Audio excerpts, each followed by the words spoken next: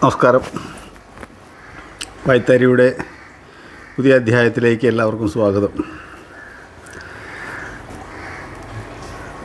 നമ്മൾ ഇത്തവണ അവതരിപ്പിക്കാൻ പോകുന്ന അല്ലെങ്കിൽ കേൾക്കാൻ പോകുന്ന കലാകാരന്മാർ കുറൂർ വാസു നമ്പൂതിരി, കോട്ടയം കുമാരനെല്ലൂർ സ്വദേശിയായ കുറൂർ വാസു നമ്പൂതിരി, ചെണ്ട വിദഗ്ധൻ. കുറൂർ വലിയ വാസു നമ്പൂതിരി കഥകളി വേഷം, ചുവന്നതാടി വേഷത്തിൽ അദ്ദേഹം പ്രസിദ്ധനായിരുന്നു. അദ്ദേഹത്തിൻ്റെ പുത്രനാണ് കുറൂർ വാസു നമ്പൂതിരി. ഈ വലിയ വാസു നമ്പൂതിരിയെ വേഷത്തിന് ഒരു തരത്തിൽ പ്രാപ്തനാക്കിയത് കലാമണ്ഡലം കൃഷ്ണൻകുട്ടി പുതാളശാനാണ് എങ്കിൽ ഈ കുറൂർ വാസു നമ്പൂതിരിയെ ജനങ്ങൾ അറിയുന്ന പേര് മിടുക്കൻ എന്നാണ്.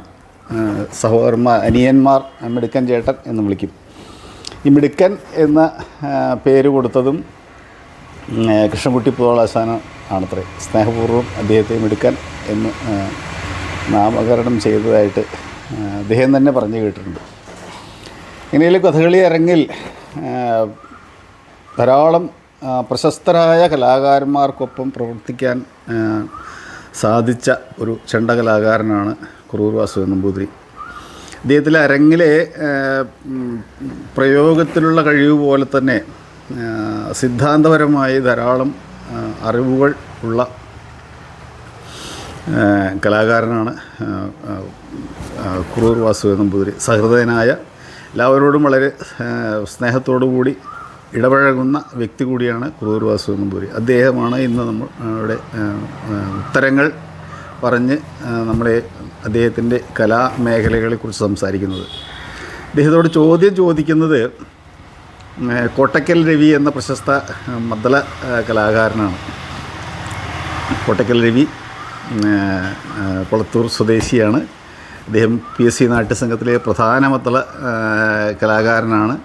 പഞ്ചവാദ്യത്തിലും കഥകളി മേളത്തിലും ഒരേപോലെ കൃതഹസ്തനായ, പ്രയോഗത്തിൽ കൃതഹസ്തനായ ഒരു കലാകാരനാണ് കോട്ടയ്ക്കൽ രവി എന്നത് പറയാതിരിക്കാൻ പറ്റില്ല. അത്രയധികം അദ്ദേഹത്തിൻ്റെ സാധകവും അമരവും കൊട്ടിട്ടുണ്ട്. അതേപോലെ തന്നെയാണ് അദ്ദേഹത്തിൻ്റെ വാക്കുകൾ. വളരെ നർമ്മം കലർന്ന വാക്കുകൾ കോട്ടയ്ക്കൽ രവിയുടെ പ്രത്യേക ശൈലിയാണ്. അദ്ദേഹം പറയട്ടെ, കോട്ടയ്ക്കൽ രവി എൻ്റെ അനുജൻ കൂടിയാണ്, സഹോദരനാണ്.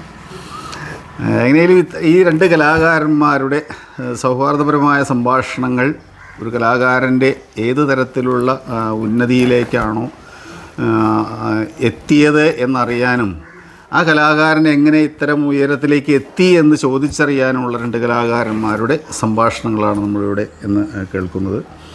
ഈ വായ്ത്താരിയുടെ ഈ അധ്യായത്തിലേക്ക് എല്ലാവർക്കും ഒരിക്കൽ കൂടി സ്വാഗതം ചെയ്യുന്നു. കഴിഞ്ഞ 2-3 എപ്പിസോഡുകളിലായിട്ട് നമ്മൾ വിവിധ കലാകാരന്മാരെ പരിചയപ്പെടുകയുണ്ടായി. വളരെ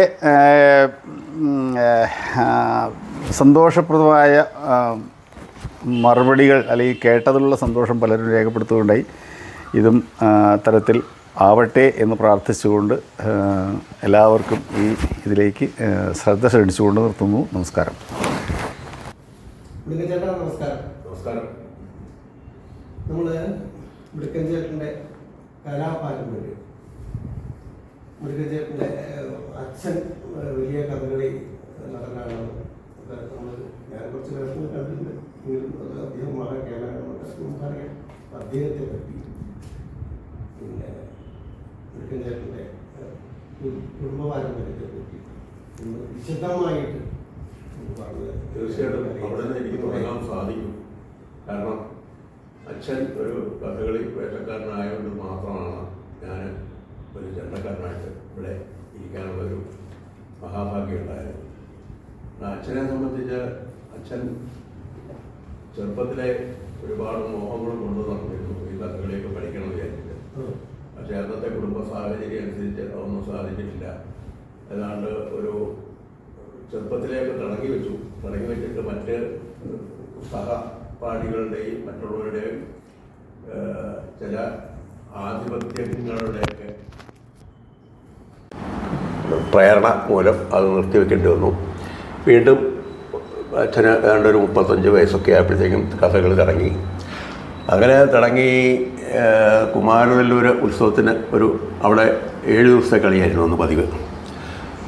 ആ കളിക്ക് അവിടെ വന്നു കഴിഞ്ഞപ്പോൾ 52 മറ്റാണ് 1952 അന്നവിടെ കഥ തീരുമാനിച്ചപ്പോൾ സീതാസ്വയംവരം കഥ വേണം തീരുമാനിച്ചു.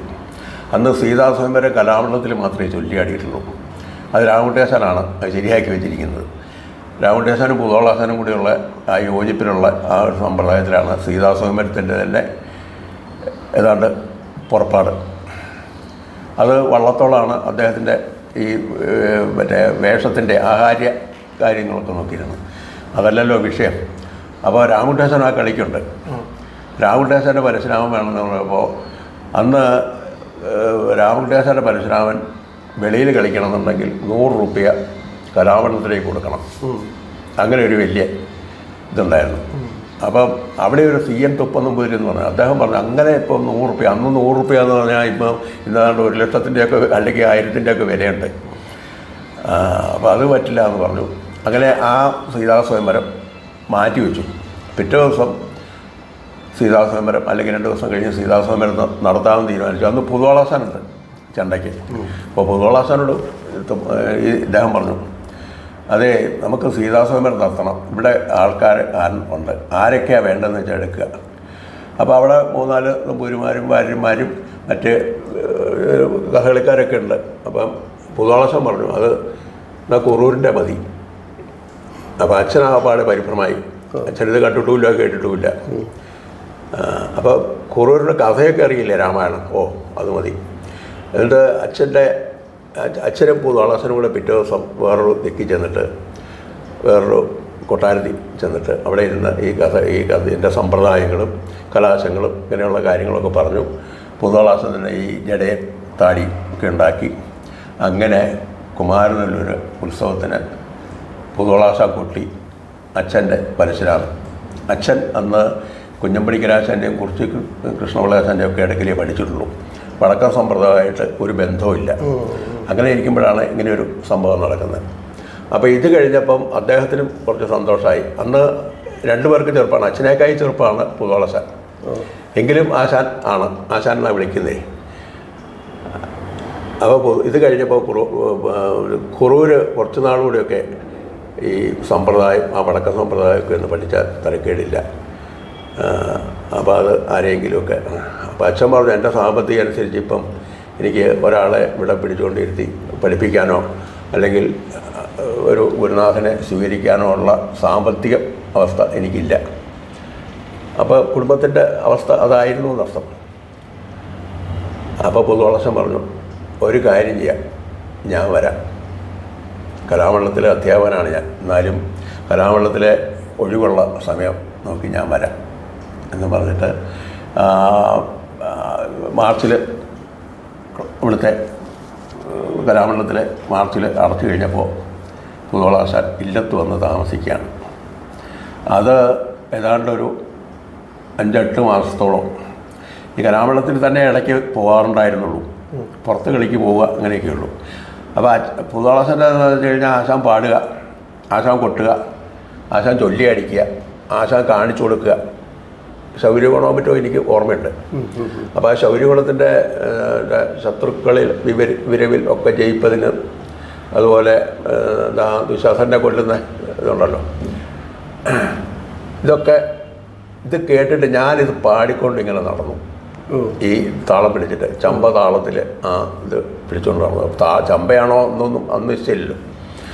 അപ്പോൾ അന്ന് പുതുവളാശാൻ ഇത് കേട്ടിട്ട് പറഞ്ഞു, അതേ തിരുമേനി വെളുക്കനെ ചെണ്ട പഠിപ്പിക്കണം.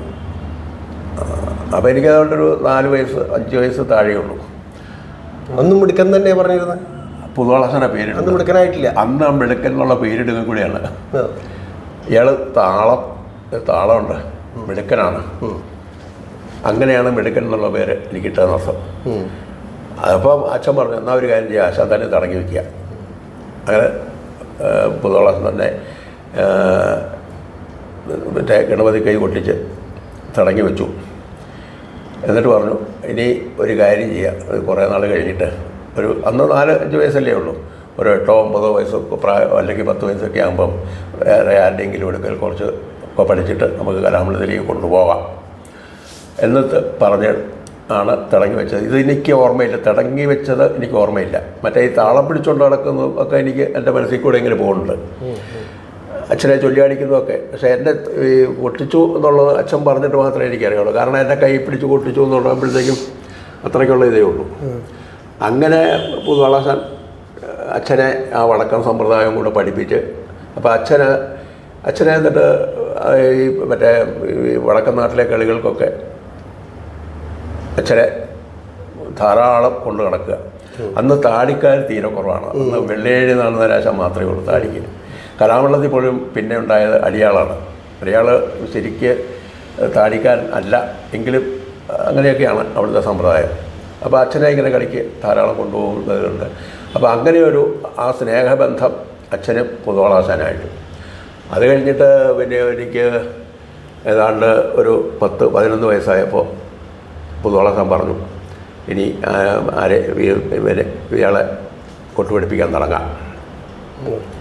അതുവരെ അഭ്യാസം ഉണ്ടായിട്ടില്ല? ഇല്ലില്ല. 12 വയസ്സ്? ഇല്ലില്ല. അന്ന് തടങ്ങി വെച്ച് പോയി, പിന്നെ വേറൊന്നും ഉണ്ടായിട്ടില്ല. അപ്പോൾ ആരാ വേണ്ടേ എന്ന് ചോദിച്ചപ്പോൾ, അല്ലാതെ തിരുമേനിക്ക് ആരാ സൗകര്യം, അങ്ങനെയൊന്നുമില്ല, ആരായാലും പിന്നെ. എന്നാൽ ഇവിടെ 2 പേരാണ് എന്നെ ഗുരുവായിട്ട് സങ്കല്പിച്ചിരിക്കുന്നത്. അതിലൊരാളെൻ്റെ തൊഴിലും ഒരാളെൻ്റെ ഗോഷ്ഠി അല്ലെങ്കിൽ എൻ്റെ അഭിനയം. അപ്പോൾ ആ കൊട്ട് അനുകരിക്കുന്ന അല്ലെങ്കിൽ അത് ആയാങ്കുടി കൊട്ടുപ്പന്മാരാണ്. അപ്പോൾ അദ്ദേഹത്തിനെ കളിക്ക് നല്ല പഠിപ്പിക്കാൻ ആക്കാം എന്ന് പറഞ്ഞിട്ട് ആയാങ്കുടി ആശാൻ എന്നെ പുതുവളാശം തന്നെ വിളിച്ചു. കൊട്ടപ്പ നിനക്ക് ഈ മിടുക്കനെ പഠിപ്പിച്ചുകൂടെ? അപ്പോൾ ആശാനെ ഞാനത് എൻ്റെ അച്ഛനിങ്ങനെ പഠിപ്പിച്ചിട്ടുണ്ട്, പിന്നെ അമ്പലങ്ങളിലെ ഇതുമായിട്ട് നടന്നു, പിന്നെ മാധവ കുറുപ്പദാസൻ എന്ന് പറഞ്ഞിട്ട് കുറച്ച് കളിക്കൊട്ടൊക്കെ പഠിപ്പിച്ചിട്ടുണ്ട്. അതല്ലാതെ അടിസ്ഥാനമായിട്ട് പഠിപ്പിക്കുക എന്നുള്ളത് അത് കാര്യം ചെയ്യുള്ളൂ, താൻ തുടങ്ങിക്കോളൂ, ഞാൻ ഇടയ്ക്ക് വരാം. പാടക്കൈകളൊക്കെ അറിയില്ല, പാടക്കൈകളൊക്കെ അറിയാം, തായമ്പ അറിയാം, എന്നാൽ ഞാൻ ഇടയ്ക്ക് വരാം. അങ്ങനെ 1960 ജനുവരി 1-ാം തീയതി ആയാങ്കുടി ആശാൻ എൻ്റെ ഇല്ലത്ത് വന്ന് എൻ്റെ കയ്യിൽ നിന്ന് ദക്ഷിണ മേടിച്ച്, അതിന് വേറൊരു ഇതുകൂടെയുണ്ട്, ആശാൻ്റെ ആദ്യത്തെ ശിഷ്യനാണ് ഞാൻ, എൻ്റെ ആദ്യത്തെ ഗുരുനാഥനാണ് ആയാങ്കുടി ആശാൻ. അങ്ങനെയാണ് ഞങ്ങളുടെ ഗുരുശിഷ്യ ബന്ധം തുടങ്ങുന്നത്. അന്ന് മുതൽ ആണ് ഞാൻ ചെണ്ട പഠിക്കാൻ തുടങ്ങിയത്. പിന്നെ ഈ ചൊല്ലിയാട്ടത്തിന് കൊട്ടിപ്പരിചയം അങ്ങനെ ഉണ്ടായിട്ടുണ്ടോ? ഉവ്വ്. അതെവിടുന്നാ? അത് ഒരു ദിക്കിൽ നിന്നല്ല, പല ദിക്കിൽ നിന്നായിട്ടാണ്. അപ്പോൾ എന്നെ പഠിപ്പിച്ചുകൊണ്ടിരിക്കുന്ന കാലത്ത് അപ്പം ഞാൻ പറഞ്ഞ പുതുവളാശാൻ ഇടയ്ക്കിടയ്ക്ക് വരും. കുട്ടപ്പ നീ എന്താ തായമ്പ തുടങ്ങാം, തായമ്പ പഠിപ്പിക്കും, തായമ്പ പഠിച്ച് പിന്നെ വരുമ്പോൾ പറയും ആ എണ്ണങ്ങളിങ്ങനെ അതൊന്നും ഇങ്ങോട്ട് മാറ്റുക, അല്ലെങ്കിൽ അങ്ങനെയൊരു സമ്പ്രദായത്തിൽ അങ്ങനെ ഒരു 1.25 മണിക്കൂർ കൊണ്ടുള്ള തായമ്പൊക്കെ ഉണ്ടാക്കി. പുതുവളാശം തന്നെ 61-ലാണ് നവംബറിൽ. അപ്പോൾ 2 കൊല്ലത്തെ അഭ്യാസം. ഈ ശനി ഞായറും അല്ല, വെളിച്ചയാകുമ്പം 3 മണിക്കും 2 മണിക്കും ചിലപ്പോൾ 1 മണിക്കുമൊക്കെ എഴുന്നേറ്റ് വെളിച്ചയാകുന്നവരെ സാധകം ചെയ്യുക. അത് ഒരു ദിവസം പോലും ഒഴിവില്ല, ശനി ഞായറും പോലും ഒഴിവില്ല. മറ്റേ വാവ് പ്രതിപദം ഇങ്ങനെയുള്ള ഒന്നുമില്ല എന്നർത്ഥം. തുടർച്ചയായിട്ട് ഇത് തന്നെ. സ്കൂളിൽ നിന്ന് വന്നു കഴിഞ്ഞാൽ ആദ്യ തരംഗമായി. ഇങ്ങനെയൊരു സമ്പ്രദായത്തിലാണ്. അപ്പം ഈ 2 കൊല്ലം കൊണ്ടൊരു തായമ്പക പഠിച്ചു എന്ന് പറയുമ്പോഴത്തേക്കും 1.25 മണിക്കൂർ തായമ്പകയാണ്. അതിനൊരു മഹാഭാഗ്യം ഉണ്ടായത് പുതുവളാശാനാണ് വട്ടം പഠിക്കാൻ തന്നത്. പുതുവളാശാനും ആയാങ്കുടി ആശാനും കൂടിയാണ് വട്ടം പഠിക്കാൻ തന്നത്. അപ്പോൾ അത് കഴിഞ്ഞിട്ട് എന്നെ കലാമണ്ഡലത്തിലേക്ക് കൊണ്ടുപോകണം എന്നുള്ള മോഹം ഉണ്ടായിരുന്നു. അവിടെ ഒഴിവ് വരുമ്പം അറിയിക്കാം എന്ന് പറഞ്ഞു. അപ്പോൾ പിന്നെ അവിടെ പഠിച്ചുകൊണ്ടിരിക്കുമ്പോൾ സമയത്ത് ഈ അവിടെ അച്ഛനെ ഒഴിയാനായിട്ട് ആൾക്കാർ വരും. ആ മാങ്ങാനത്തും കുമാരനെല്ലൂരുള്ള ഒരു 4-5 വേഷക്കാരവിടെ വരും. പള്ളമാധവൻ, നീലമ്പേരൂർ കൊട്ടോപ്പണിക്കരാശൻ, ഇങ്ങനെയുള്ള പാട്ടുകാർ വരും. വെന്നിമല രാമവാരാശൻ, നമ്മുടെ ബാബുവിൻ്റെ അച്ഛൻ.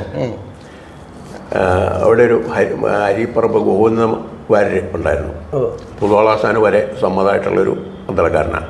ഇവരൊക്കെ അവിടെ വരും.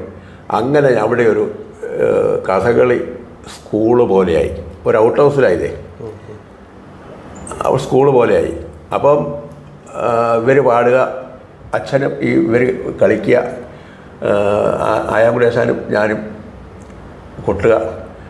പിന്നെ സാധകം ചെയ്യുമ്പോൾ തന്നെ കലാശങ്ങളൊക്കെ കലാശങ്ങൾ, ഇരട്ടികൾ, വട്ടം വെച്ച കലാശങ്ങൾ, മറ്റേ തക്കിട്ട സാധകം ചെയ്യുമ്പോൾ മുറിയിടത്ത കലാശങ്ങൾ, അതൊക്കെ കലാമണ്ഡലത്തിലെ സമ്പ്രദായത്തിൽ തന്നെ.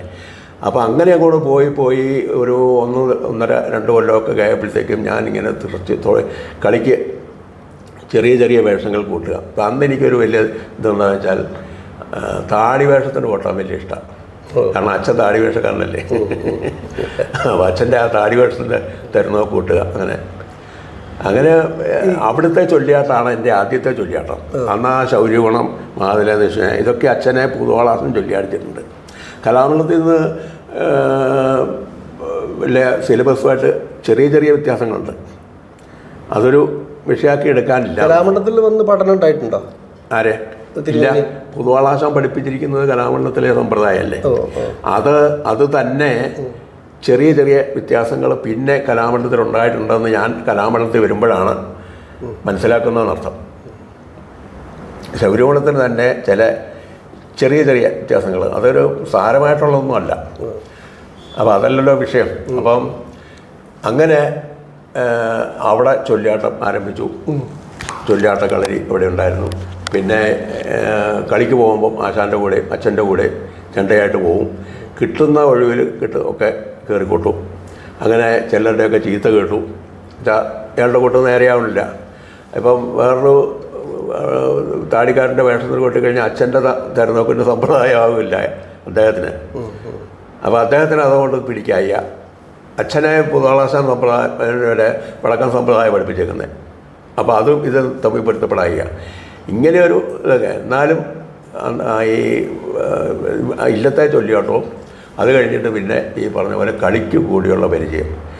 ആ കളിക്ക് കൂടിയുള്ള പരിചയത്തിന് അവിടെ അച്ഛൻ തന്നെയാണ് പ്രധാനി. കഥകൾ കംപ്ലീറ്റ് പറഞ്ഞു തരും. മുദ്രകൾ കംപ്ലീറ്റ് പഠിപ്പിച്ചു. ആട്ടങ്ങൾ കംപ്ലീറ്റ് പഠിപ്പിച്ചു. അപ്പോൾ കഥകളി എന്ന് വെച്ചാൽ എന്താണ് എന്നുള്ളൊരു ധാരണ മൊത്തത്തിൽ എനിക്കുണ്ടായി. അപ്പോൾ ഒരു സഹപാഠികൾ എന്ന് പറയാൻ ആരും ഉണ്ടായി? സഹപാഠികൾ അവിടെ പഠിക്കാനായിട്ട് എൻ്റെ ഒപ്പം 5 പേരുണ്ടായിരുന്നു. അത് 2 മാസം കഴിഞ്ഞപ്പോൾ പോയി, 6 മാസം കഴിഞ്ഞപ്പോൾ പോയി, 1 കൊല്ലം കഴിഞ്ഞപ്പോൾ പോയി, എൻ്റെ അരങ്ങേറ്റം കഴിഞ്ഞപ്പം വേറെ ചിലർ പോയി.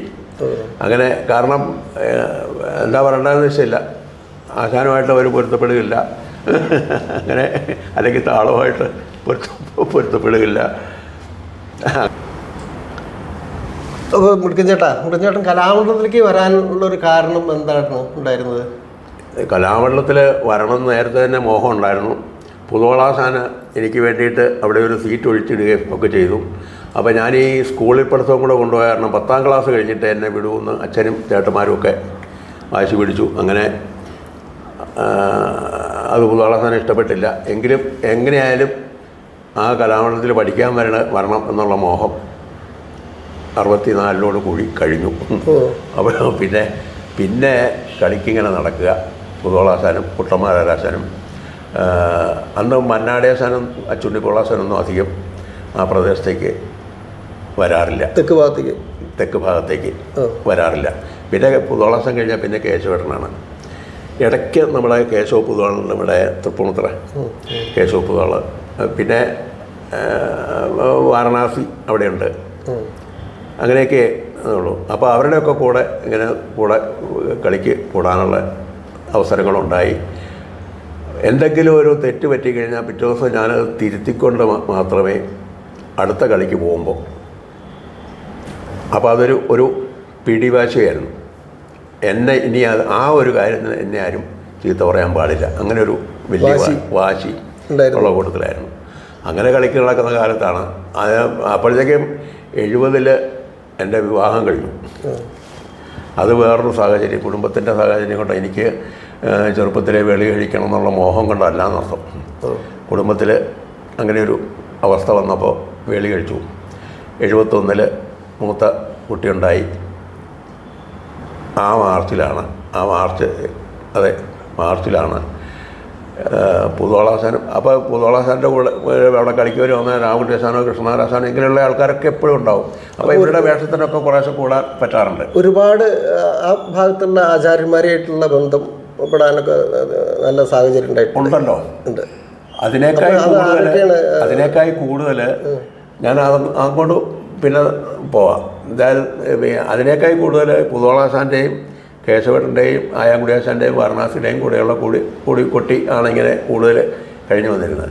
അപ്പോൾ ഈ പുതുവളാസാൻ കളിയുള്ളിടത്ത് ഉറപ്പാണ് കൃഷ്ണനാരാശാനോ മാങ്കുളം ചെങ്ങന്നൂർ രാമകുടിയാശാൻ കുഞ്ചുകാരാശാൻ ഇവരൊക്കെ വരും.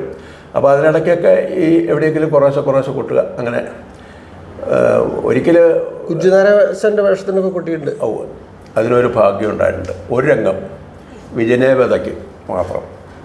അതിനേക്കായി കൂടുതൽ എനിക്ക് ഭാഗ്യമാണോ എൻ്റെ ഭാഗ്യം എന്ന് വേണമെങ്കിൽ പറയാം. തിരുനക്കര 3 ദിവസത്തെ കളി.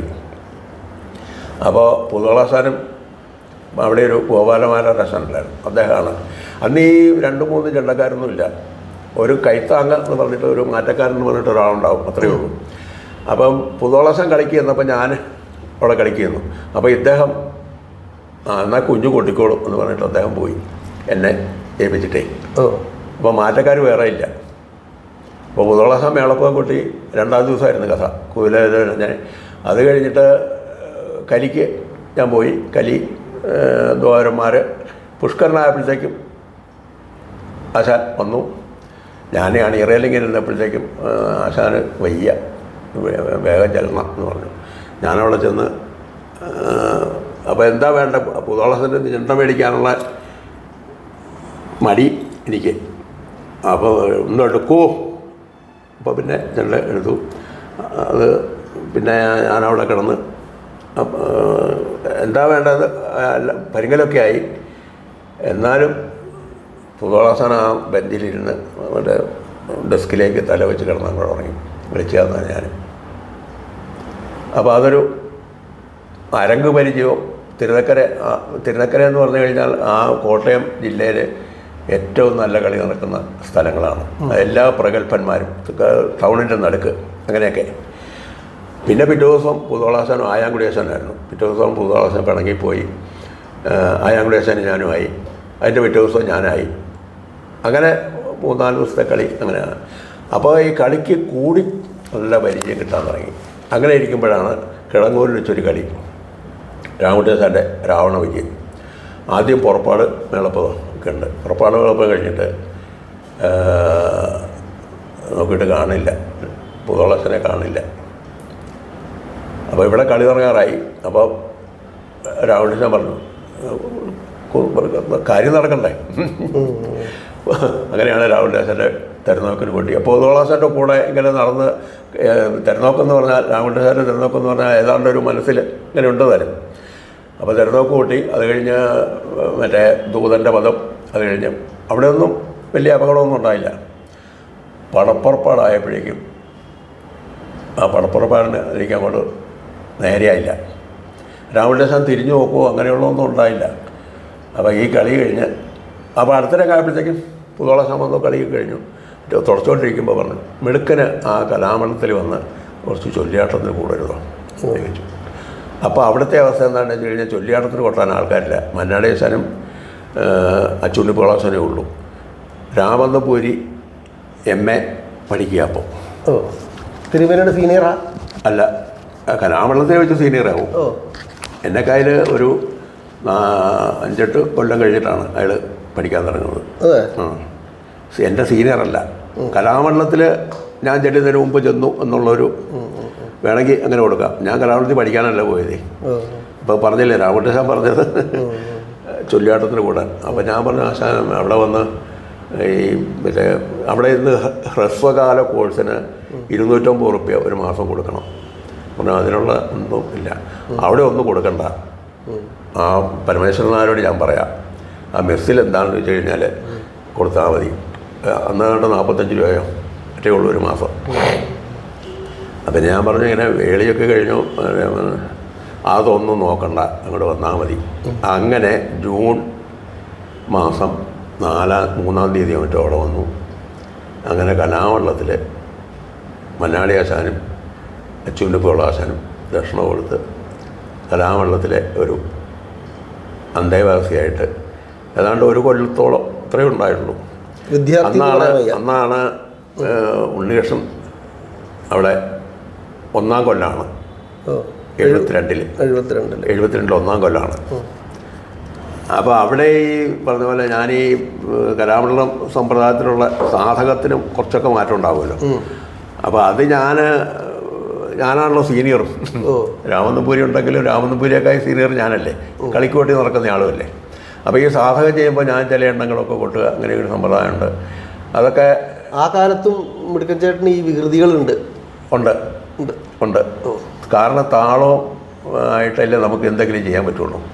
ഒരു കലാകാരനെ സംബന്ധിച്ചിടത്തോളം, ഒരു ചെണ്ടക്കാരനെ സംബന്ധിച്ചിടത്തോളം, അല്ലെങ്കിൽ ഒരു മദ്ദളക്കാരനെ സംബന്ധിച്ചിടത്തോളം രവിക്കറിയാമല്ലോ, താളം നമ്മുടെ മനസ്സിലുണ്ടെങ്കിൽ നമ്മളെന്താ ചെയ്യുന്നതെന്ന് അതിന് അടിസ്ഥാനമായിട്ടുള്ള പഠിത്തത്തിനേക്കായി കൂടുതൽ വേണ്ടത് നമുക്ക് അപ്പം തോന്നുന്ന ചിലത് ചെയ്യുക. അതല്ലേ രവി ചെയ്തുകൊണ്ടിരിക്കുന്നതല്ലേ, ഇപ്പം ഉണ്ണികൃഷ്ണനോ നമ്മളൊക്കെ ചെയ്തുകൊണ്ടിരിക്കുന്നത് തന്നെയല്ലേ. ശരിയാണ്. അപ്പോൾ നമുക്ക് പിടിക്കായിക താളത്തിനോടല്ല, മറ്റുള്ള നമ്മൾ എന്തെങ്കിലും ചെയ്യുമ്പോൾ അതിൻ്റെ കൂടെ ആൾക്കാർ വന്നില്ലെങ്കിൽ, ഇപ്പോൾ മുദ്ര പഠിച്ചൊക്കെ അബദ്ധമായെന്ന് തോന്നിയിട്ടുണ്ട്. ചില ആൾക്കാർ വന്നിട്ട് അരങ്ങത്ത് മുദ്രയൊക്കെ കാണിക്കുന്നുണ്ട് കഴിഞ്ഞാൽ നമ്മൾ ഈ മുദ്ര മുഴുവനും ആട്ടം മുഴുവൻ പഠിച്ചിട്ട് പോയിട്ട് അപകടമായിട്ട് മുദ്ര കാണിക്കുമ്പോൾ നമുക്ക് വിഷമം തോന്നും. അതൊന്നും അപ്പോൾ അന്ന് ഈ സാധകം ചെയ്യുമ്പോൾ ഇങ്ങനെ ഇതൊക്കെ വികൃതിയായിട്ടുള്ള എണ്ണങ്ങളൊക്കെ കൂട്ടും. അത് നടകളുമൊക്കെ മാറ്റി ഇപ്പോൾ തക്കിട്ട സാധകം ചെയ്യുമ്പോഴാണെങ്കിലും ഇടത്ത് കൈക്ക് പ്രാധാന്യം കൂടുതലും, കീക്കിണ കണ അങ്ങനെയൊക്കെ ഒരു സമ്പ്രദായം. അതൊക്കെ ആശാൻ്റെ നിന്ന് കിട്ടിയത്, ആയങ്കുടി ആശാൻ്റെ നിന്ന് കിട്ടിയതാണ് നഷ്ടം. അപ്പോൾ അങ്ങനെ അത് അപ്പോൾ അച്ചുകൊണ്ട് കോളാസനൊക്കെ അവിടെ വന്ന് ഇരിക്കാറുണ്ട് ഈ എന്താ പറയണ്ടേ സാധകം ചെയ്യുന്ന സമയത്ത്. അത് എനിക്ക് ഒരുപാട് പ്രചോദനം കിട്ടിയിട്ടുണ്ട്. കാരണം അച്ചുണ്ടി കോളാസാനെ പോലെയുള്ള ഒരാൾ അവിടെ നമ്മളെയും കൂടി ഗൈഡ് ചെയ്യാനായിട്ട് നിൽക്കുക എന്ന് പറയുമ്പോൾ തീർച്ചയായിട്ടും. പിന്നെ അവിടെ ഇത് ഒരു 8 മണിയാകുമ്പോൾ ചെന്ന് കഴിഞ്ഞാൽ തായമ്പ കൊട്ടണം. അത് ഓരോരുത്തരും ഓരോരു മാറിയാണ്. ഞങ്ങൾ 3 പേരുണ്ട് തായമ്പ കൊട്ടാനായിട്ട്. അപ്പോൾ ഞങ്ങൾ മാറി ഓരോ കൊട്ടും. തായമ്പ കഴിഞ്ഞാൽ ചെണ്ടയായിട്ട് ചൊല്ലിയാട്ട് കളരിയിലേക്ക് പോകും. അവിടെ ചെന്ന് കഴിഞ്ഞാൽ എനിക്ക് രാമകുട്ടിയാശൻ്റെ കളരിയാണ്. അപ്പോൾ രാമകുട്ടിയാശനുമായിട്ട് നല്ല എന്തോ ആണല്ലോ എന്നെ കലാമണ്ഡലത്തിൽ കൊണ്ടുപോയത്. അപ്പോൾ രാമകുട്ടിയാശൻ്റെ കളരിയിൽ ഇടയ്ക്ക് ഈ മടവൂരാശൻ്റെ കളരിയിലും വേണ്ടി വരാറുണ്ട്. അവിടെ തീരെ ആളില്ല എന്നുള്ളതിനെ വിളിക്കും. അങ്ങനെ കലാമണ്ഡലത്തിലുള്ള ജീവിതം അത് ഒരു മറക്കാനാവാത്ത അനുഭവമാണ് എനിക്ക്. കാരണം നമുക്ക് ഫീസ് കൊടുക്കാൻ നിവൃത്തിയില്ല. അവിടുത്തെ മെസ്സിലെ 45 റുപ്യ മാത്രം കൊടുത്തിട്ട് കലാമണ്ഡലത്തിൽ കഴിയാൻ ഏതാണ്ട് ഒരു കൊല്ലത്തോളം കഴിയാനുള്ള മഹാഭാഗ്യം ഉണ്ടായ. അങ്ങനെയാണ് ഈ തോന്നിവാസങ്ങൾ കൊട്ടിക്കൊണ്ടിരുന്ന മുമ്പ് ചൊല്ലിയാട്ടത്തിന് ശീലിച്ചിട്ടുണ്ടെങ്കിലും നിയതമായിട്ടുള്ള ഒരു വഴി കൂടി പോകണം എന്നുള്ളൊരു ഇതിലേക്ക് എത്തിയത്. അതുകൊണ്ട് മാത്രമാണ് ഒരു കാലകേതോ ഒരു കൃമിരോധോ ഒരു ഉത്ഭവോ അങ്ങനെയുള്ള കഥകളൊക്കെ കൊട്ടാനുള്ള ഇതുണ്ടായത്. അങ്ങനെയാണ് എൻ്റെ അനുഭവം. അപ്പോൾ പിടുക്കഞ്ചേട്ടാ, നമ്മളെ തെക്കഞ്ചിട്ട വടക്കഞ്ചിട്ട ഗുരുനാഥന്മാർ ഇപ്പോൾ ആ ഭാഗത്താണെങ്കിൽ നമ്മളെ ചെങ്ങന്നൂരാശാൻ, ചെന്നിത്തലാശാൻ, മങ്കമ്പ്, അങ്ങനെയുള്ള ഗോപാലപിള്ള ആശാൻ, അങ്ങനെ മഹാരഥന്മാർ ഒരുപാടുണ്ടായിരുന്നു. ഈ ഭാഗത്താണെങ്കിൽ എൻ്റെ കേട്ടറിവ് കുഞ്ചുനാരാശാൻ, രാമകുട്ടിയാശാൻ, പത്മനാരാശാൻ, കൃഷ്ണൻകുട്ടി നാരാശാൻ, അതൊരു താരതമ്യ പഠനം ആയിട്ട് നമ്മൾ കാണാൻ എന്താണ് അതിൻ്റെ ഒരു? ഒരിക്കലും ഇവരെ ആരെയും താരതമ്യപ്പെടുത്തുക എന്നുള്ളത് നമുക്ക് സാധ്യമല്ല. ആ. കാരണം രണ്ടിനും ഒരുപോലെ പങ്കെടുക്കാനുള്ള അവസരമാണ് എനിക്ക് കൂടുതൽ കിട്ടിയിരിക്കുന്നത്. ഞാൻ കോട്ടയംകാരനായ കാരണം മറ്റേ ചെങ്ങന്നൂരാശാൻ, മറ്റേ മാങ്കുളം തിരുവേരി, മങ്കൊമ്പ്, ഹരിപ്പാട്, ചെന്നിത്തല, മടവൂരാശാൻ, ചെറുക്കര മാധവൻകുട്ടി, അങ്ങനെ കുറേ ആൾക്കാർ. ഇവിടുന്ന് ഈ ഭാഗത്തുനിന്ന് കുഞ്ചുകാരാശാൻ, രാമൻകുട്ടി ആശാൻ, പത്മനാഭനാശാൻ, ഗോപിയാശാൻ. അപ്പോൾ ഈ ഗോപിയാശാൻ്റെ വേഷത്തിൽ ഈ കലാമണ്ഡലത്തിൽ ഞാൻ വരുന്നതിന് മുമ്പ് ഗോപിയാശാൻ്റെ രവദ്രഹ്യമനും പരശുരാമനും ഒക്കെ കൊട്ടിയിട്ടാണ് കലാമണ്ഡലത്തിലേക്ക് വരുന്നത്. അന്ന് ഞാൻ ഗോപിയായിട്ടാണ് വിളിച്ചുകൊണ്ടിരുന്നത്. കലാമണ്ഡലത്തിൽ വന്നേ പിന്നെയാണ് ഗോപിയാശാൻ എന്ന് വിളിക്കാൻ തുടങ്ങി. അന്ന് തൊട്ട് ഞങ്ങൾ വലിയൊരു എന്താ പറയണ്ടേ, അതൊക്കെ കൂട്ടുകാരായിരുന്നു. ഇപ്പോൾ എനിക്ക് തീർച്ചയായിട്ടും അദ്ദേഹത്തിനോട് ഏറ്റവും ബഹുമാനമാണ്. ഒരു ഗുരുനാഥൻ എന്നുള്ളൊരു സ്ഥാനമാണ് ഞാൻ അദ്ദേഹത്തിനോട്. അപ്പോൾ ഞാൻ പറഞ്ഞു വെച്ചാൽ അദ്ദേഹവും വാസു പിഷാരടി, കോട്ടയ്ക്ക് ചന്ദ്രശേഖരൻ, ഇവരൊക്കെ വരാറുണ്ട്. അപ്പോൾ ഇവരുടെയൊക്കെ വേഷത്തിന് കൂടാൻ പറ്റും. ചെങ്ങന്നൂരാശാൻ തൊട്ട് ഉള്ള അവരുടെ വേഷത്തിന് കൂടാൻ പറ്റും. ഇനി ഇതൊന്നുമില്ലാതെ തെക്കും വടക്കും ഒക്കെ കൂടെ യോജിപ്പിച്ച് കൊണ്ടുപോകുന്ന ഒരാളായിരുന്നു പള്ളിപ്പുറം ഗോപാലൻ നാരാശാൻ എന്ന് പറഞ്ഞത്. അദ്ദേഹം ഇരിങ്ങാലക്കുട ഉണ്ണായിവാരി സ്മാരക കലാനിലയത്തിൻ്റെ പ്രിൻസിപ്പാളൊക്കെ ആയിരുന്നല്ലോ. അപ്പോൾ അദ്ദേഹത്തിൻ്റെ വേഷത്തിനും കൊട്ടാൻ തന്നെയല്ല, അദ്ദേഹത്തിൻ്റെ അന്ത്യകാലം പോലും അതെൻ്റെ അനുഭവത്തിലെ ഒരു ഇതാണ്. അതെ. അദ്ദേഹത്തിൻ്റെ ക്രിമീരന് മുല്ലയ്ക്കൽ അമ്പലത്തിൽ വെച്ചിട്ടാണ്. ഞങ്ങൾ ഒരുമിച്ചാണ് താമസം മുല്ലയ്ക്കൽ ഒരു ലോഡ്ജിൽ. ആദ്യത്തെ ദിവസക്കളി കഴിഞ്ഞ് രണ്ടാം ദിവസം ഞങ്ങളൊക്കെ തമാശയൊക്കെ, അദ്ദേഹം എപ്പോഴും ഇങ്ങനെ തമാശ പറഞ്ഞിട്ടിരിക്കുകയുള്ളൂ. നമ്മളെ കേശവദേവ്, പള്ളിപ്പുറം ആശാൻ, ഇങ്ങനെയൊക്കെ ഒരു നമ്മളായില്ലേ. അങ്ങനെ ഇരുന്ന് മറ്റേ കൃഷ്ണനാരാശാൻ്റെ ധർമ്മോത്തരുടെ കേശവട്ടനും ഞാനുമാണ്. അപ്പോൾ ധർമ്മോത്തർ കഴിഞ്ഞിട്ട് ഈ കരിക്ക് ഞാൻ കൊട്ടി ലളിതയായപ്പോഴേക്കും കൃഷ്ണനാരാശാനെ യാത്ര അയക്കാനായിട്ട് ഞാൻ പോയി. കൃഷ്ണനാരാശാനെ കയറ്റി വിടുന്ന വന്നപ്പോഴത്തേക്കും പിന്നെ കേശവട്ടനൊക്കെ പോകാൻ തുടങ്ങി. അങ്ങനെ പിന്നെ ക്രിമീരനെ ഞാൻ ഔട്ട് ചെയ്ത് അവസാനമായിട്ട്. ചേട്ടന് ആരെ വേഷത്തിന് കൊട്ടുന്നതാണ് കൂടുതൽ താല്പര്യം? ആരെ വേഷത്തിനാണ് വെച്ചാൽ ഗുരുനാഥന്മാരുടെ വേഷത്തിന്, ഇന്ന വേഷത്തിന് കൊട്ടാൻ എനിക്ക് നല്ല താല്പര്യമാണ്, ഇഷ്ടമാണ്, അങ്ങനെ ഉണ്ടോ? അല്ല, എനിക്ക് അങ്ങനെ ഒരു ഇത് പറയാൻ പറ്റില്ല. കാരണം താളത്തിന് മുദ്ര കാണിക്കുന്ന ആരായാലും സന്തോഷമാണ്. കൂടെ പ്രവർത്തിക്കുന്ന ചണ്ടക്കാരാണെങ്കിലേ സീനിയർ ആളെ കൂടെ കൊട്ടാൻ ഒരാളെ താല്പര്യം ഉണ്ടാവുമല്ലോ. അല്ലെങ്കിൽ എനിക്ക് ആ ആശാന്റെ കൂടെ കൊട്ടാൻ ആണ് കൂടുതൽ താല്പര്യം, അല്ലെങ്കിൽ ജൂനിയർ ആയിട്ടുള്ള ഒരാളെ കൂടെ അയാളാണ് താല്പര്യം, അങ്ങനെ ഉണ്ടോ? അതും ഒരു അപകടം പിടിച്ച ചോദ്യമാണ്. കാരണം എനിക്ക് അങ്ങനെ നമുക്കൊക്കെ ഉണ്ടാവും, ചിലരൊക്കെ കൂടെ ഉണ്ടെങ്കിൽ നമുക്ക് എന്തെങ്കിലും ചെയ്യാൻ പറ്റുമല്ലോ എന്നുള്ളൊരു. അതല്ലാതെ അയാൾ കൂടെ വന്നുകൊണ്ട് അയാൾ വേണ്ടിയിരുന്നില്ല, അങ്ങനെ എനിക്ക് തോന്നിയ ഒരവസ്ഥ ഉണ്ടായിട്ടില്ല. ഇപ്പോൾ എൻ്റെ ഒരു സമപ്രായക്കാരെന്ന് പറഞ്ഞു കഴിഞ്ഞാൽ സദനം വാസുവേട്ടൻ, അദ്ദേഹം തിരുവനന്തപുരത്തായിരുന്ന കാരണം മിക്കവാറും സമപ്രായം എൻ്റെ കയ്യിൽ ഒരു വയസ്സ് കൂടും, അത്രേ ഉള്ളൂ. 77 വയസ്സായി അദ്ദേഹത്തിന്, എനിക്കിപ്പോൾ 76 അപ്പോൾ ഞങ്ങൾ കൂട്ടുകാരെ പോലെയാണ് കഴിഞ്ഞുകൊണ്ടിരുന്നത്. അപ്പം അദ്ദേഹത്തിൻ്റെ കൂടെ മേളപ്പം ധാരാളം കൊട്ടാനുള്ള അവസരമുണ്ട്. മേളപ്പം ഒരുപാട്, കുറച്ചൊന്നുമല്ല, ഞങ്ങൾ തമ്മിൽ നല്ല യോജിപ്പായിരുന്നു. അത് കഴിഞ്ഞിട്ട് പിന്നെ എന്താ പറയുക, എൻ്റെ ആദ്യവസാനമൊക്കെ കഴിഞ്ഞപ്പോഴത്തേക്കും ഇഷ്ടംപോലെ ആൾക്കാരായി. രാമനമ്പൂരിയൊക്കെ ഒരു കാലത്ത് എൻ്റെ കൂടെ ധാരാളം കൊട്ടിക്കൊണ്ട് നടന്നിട്ടുണ്ട്. അത് കഴിഞ്ഞിട്ട് മുമ്പ് പറഞ്ഞ പോലെ കലാമണ്ഡലത്തിൽ രാമനമ്പൂരിയാണല്ലോ സീനിയർ എന്നുള്ളൊരു ഇത് വന്നു കഴിഞ്ഞപ്പോഴത്തേക്കും അദ്ദേഹം എൻ്റെ ഒപ്പം കൊട്ടുന്നിടത്തുനിന്ന് മാറി നിൽക്കാൻ തുടങ്ങി. അത്രയേ ഉള്ളൂ.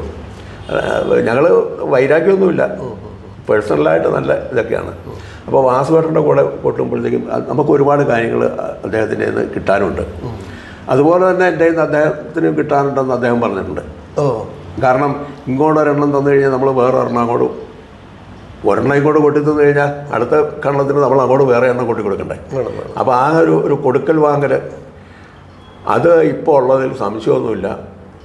ഒരു 3-4 പേര് ഞാൻ പറഞ്ഞു കഴിഞ്ഞാൽ അപകടമാകുമെന്ന് നിശ്ചയമില്ല. എന്നാലും നമ്മളെന്തെങ്കിലും ചെയ്തു കഴിഞ്ഞാൽ അതിന് പ്രതികരിക്കുന്ന ഒരു സമ്പ്രദായം ഞാൻ മെയിനായിട്ട് പോകുമ്പോൾ ഒന്ന് കലാമണ്ഡലം ഉണ്ണികൃഷ്ണൻ, രവിയുടെ ചേട്ടൻ, ഓ പിന്നെ അന്ന് കൃഷ്ണദാസ്, പിന്നെ ഇപ്പം ആയാങ്കുടി ഉണ്ണികൃഷ്ണൻ, പിന്നെ അന്ന് ഉണ്ടായിരുന്ന എല്ലാ ആൾക്കാരും. ഇന്ന് ഇപ്പോൾ വേണുമോഹൻ, രവിശങ്കർ, അങ്ങനെയുള്ള ആൾക്കാർ പോലും അവർ പോലും എൻ്റെ കൂടെ കൂട്ടിയിട്ട് എനിക്ക് ഒരു ബുദ്ധിമുട്ടും തോന്നിയിട്ടില്ല എന്നർത്ഥം. അപ്പോൾ ഈ കൂടെ കൂട്ടുന്നവരുടെ കഴിവ് എന്താണെന്ന് എനിക്ക് നന്നായിട്ടറിയാം.